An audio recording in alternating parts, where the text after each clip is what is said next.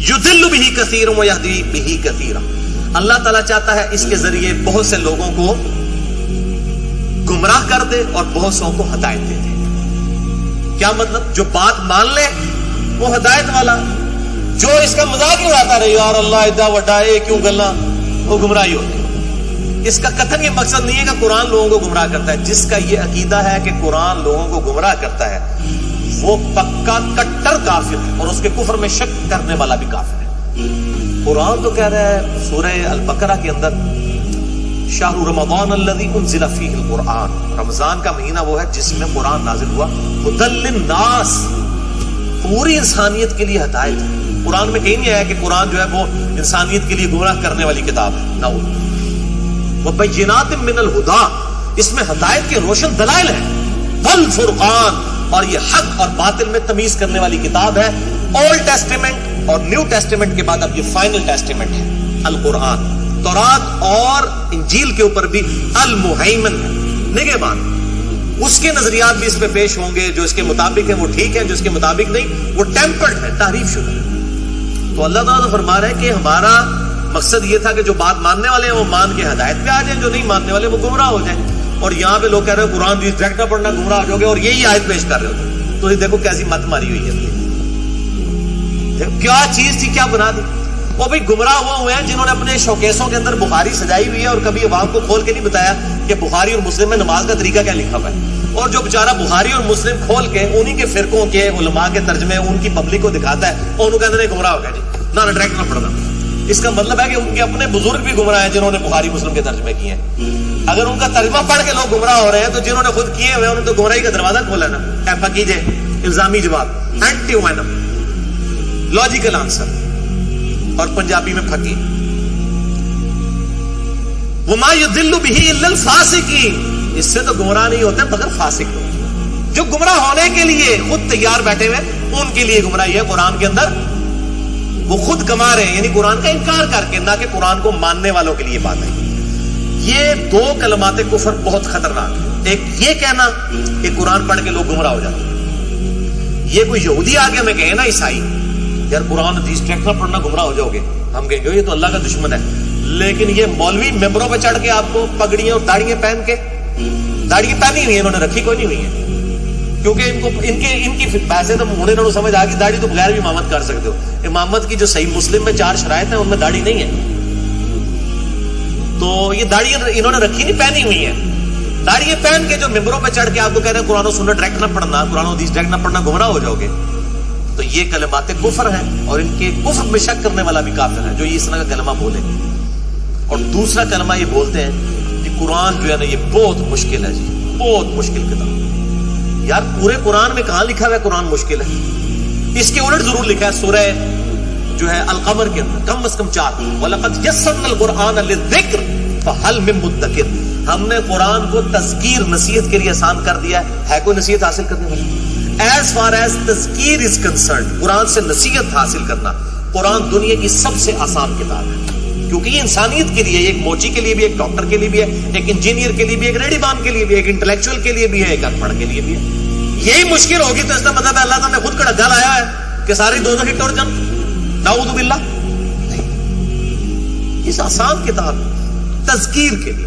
ہاں جہاں تفاسیر کا تعلق ہے اور یہ باقی چیزیں ہیں وہ تو میرے بھائی تفسیریں لوگ لکھتے آ رہے ہیں، لکھتے جائیں گے، اس کا تو کوئی اینڈ ہی نہیں ہے۔ لیکن وہ عام آدمی کی ضرورت نہیں، عام آدمی کی ضرورت نصیحت ہے، تذکیر ہے۔ لیکن یہ انڈیا پاکستان بنگلہ دیش کا جو کلچر ہے اس اعتبار سے مجھے بڑا دکھ ہوتا ہے، یعنی یہ گمراہی کی یعنی مراکز ہیں یہ 3 ملک اس حوالے سے کہ یہاں پر مولویوں نے اس طرح دماغ پبلک کا خراب کیا۔ تو یہ آج 12 اگست ہے، 14 اگست آنے والی، میں اس 14 اگست میں پاکستانی عوام کو یہ میسج دوں گا کہ یہ ملک جو اللہ کے لیے ہم نے حاصل کیا تھا، خدا کے لیے، اللہ کے جو دشمن ممبروں پہ چڑھ کے آپ کو یہ بتا رہے ہیں کہ قرآن و سنت ڈائریکٹ نہ پڑھنا گمراہ ہو جاؤ گے، ان کے شر سے بچنے کی دعائیں مانگے 14 اگست کو آپ، اگر اس ملک کا کچھ آپ اچھا چاہتے ہیں۔ اور جو یہ کہہ رہے ہیں جی قرآن پڑھ کے لوگ گمراہ ہو جاتے ہیں، جی وہ دیکھو جی قرآن پڑھ کے لوگ گمراہ ہو جاتے ہیں، یار قرآن میں کہاں لکھا ہوا ہے؟ اور یہ وہ آیت تھی سورۃ البقرہ کی جس کی تفسیر میں نے بے شمار دفعہ کئی لیکچرز میں بیان کیا، آج پھر میں نے کر دی۔ پھر اللہ تعالیٰ کہتا ہے کہ اس سے تو گمراہ وہ لوگ ہوتے ہیں جو بات ماننے نہیں چاہتے. الا الفاسقین الذین ینقضون عہد اللہ من بعد میثاقہ, وہ لوگ گمراہ ہوتے ہیں جو اللہ کے ساتھ عہد کرنے کے بعد توڑ دیتے ہیں. عہد کیا کیا تھا ہماری روحوں نے؟ الست بربکم قالوا بلا, سورۃ الاعراف میں آیا, کیا میں تمہارا رب نہیں ہوں؟ سب نے کہا تھا بلا. دنیا میں آگے کسی نے بتوں کی پوجا شروع کر دی, کس نے جو ہے وہ پیغمبروں کے بارے میں ڈیوینٹی کلیم کر دی, کسی نے جنات کے بارے میں, کسی نے فرشتوں کے بارے میں, تو وہ اس عہد کو توڑ دیا. وَيَقْطَعُونَ مَا أَمَرَ اللَّهُ بِهِ أَن يُوصَلَ, اور وہ اس کو قطع کرتے ہیں جس کو اللہ نے جوڑنے کا حکم دیا. یعنی قطع رحمی کرتے ہیں, رشتہ داروں کے ساتھ اس میں سلوک نہیں کرتے. وَيُفْسِدُونَ فِي الْأَرْضِ, اور زمین میں فساد مچاتے ہیں. اولئک هم الخاسرون, اور وہ ہیں اصل میں خسارے والے لوگ. یہ ہیں وہ لوگ جو یضل بہ کثیرا ہے, جو بخاری مسلم پڑھ کے آپ کو سنا رہا ہے وہ گمراہ نہیں ہوا. اور پھر وہ کہتے ہیں جی قرآن میں ہے کہ جی وہ گدھے کے اوپر کتابیں لاد دی جائیں. علماء یہود کی مثال آئی نا سورہ جمعہ میں, وہ بھائی وہ مثال اللہ تعالیٰ نے آپ کی دی ہے کہ گدھے کے اوپر اگر کتاب لاد دی جائے تو گدھا کتاب پڑھ سکتا ہے. اگر ایک مولوی کے شوکیس میں بھی کتاب رکھ دی جائے اور عوام کو اجازت نہ ہو کہ وہ تالا کھول کے بخاری کا ترجمہ ہی پڑھ کے نماز کا طریقہ دیکھ لے, تو گدھے کی مثال تو یہ ہے. وہ گدھے کی مثال کیسے ہے جو اپنی پاکٹ منی سے کتاب لیتا ہے, پھر کھول کے خود بھی پڑھتا ہے, دوسروں کو بھی پڑھاتا ہے. کھوتا پڑھ سکتا ہے؟ دسو, پڑھ سکتا ہے کھوتا؟ گدھا پڑھ سکتا ہے؟ نہیں.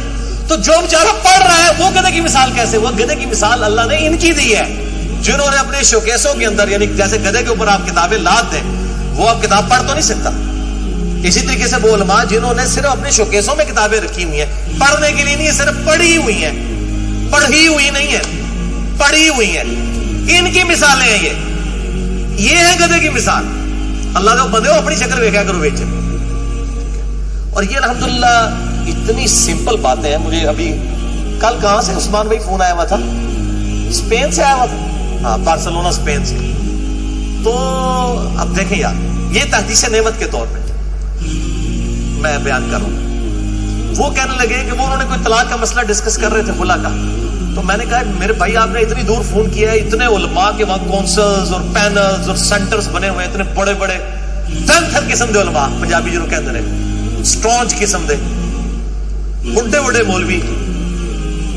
تو کہتا ہے جی علی بھائی آپ کے لیکچرز 1 سال سے سننے شروع کیے ہیں, یقین کرے جب ہم علماء کے پاس جا کے بیٹھتے ہیں نا تو ہماری شکلیں اس طرح دیکھتے ہیں اور ہمیں ان پہ ترس آنا شروع ہو جاتا ہے کہ یہ بیچارے کہاں سے ڈگری کی, ان کو تو پتہ ہی کچھ نہیں ہے. جو کچھ ہمیں پتا ہے آپ کے لیکچرز کی برکت سے وہ حقیقت بات ہے. پریشان ہو جاتے ہیں. ساروں نے اپنے اپنے لبادے اوڑے ہوئے تھے. کسی نے توحید کا لبادہ اوڑا ہوا تھا, جب ہم نے ان کے بزرگوں کی باتیں نکالی ان کو پتا چلا وہ یہ کیا ہو گیا. کسی نے اہل بیت کی محبت کا لبادہ اوڑا ہوا تھا, جب ہم نے ان کے سارے کچے چٹے کھولنے شروع کیے وہ سارے.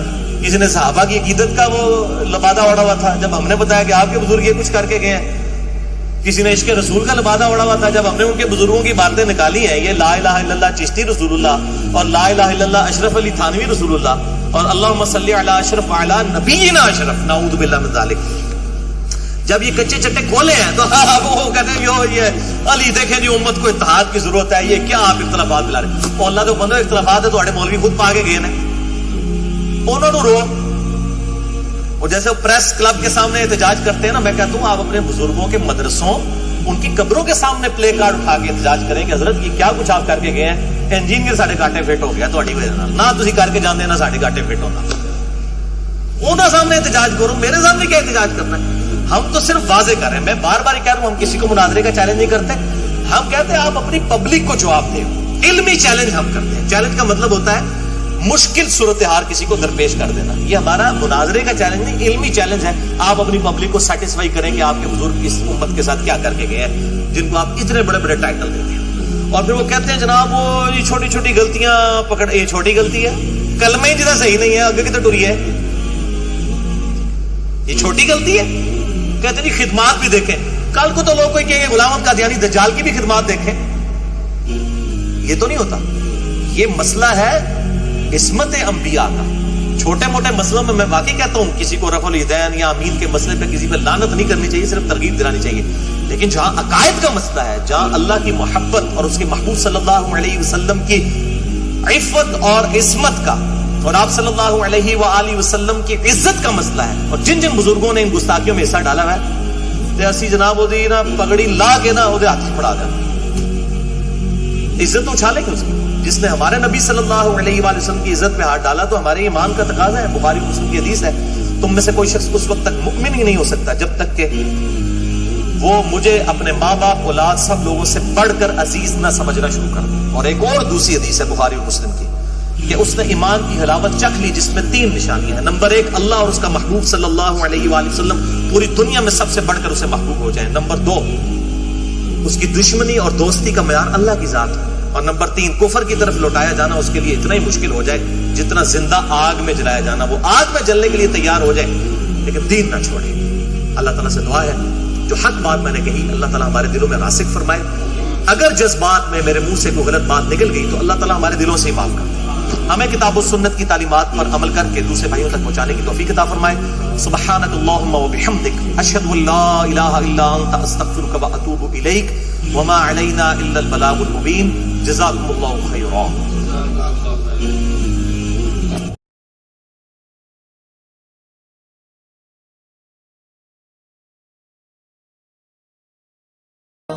جزاک اللہ جزاک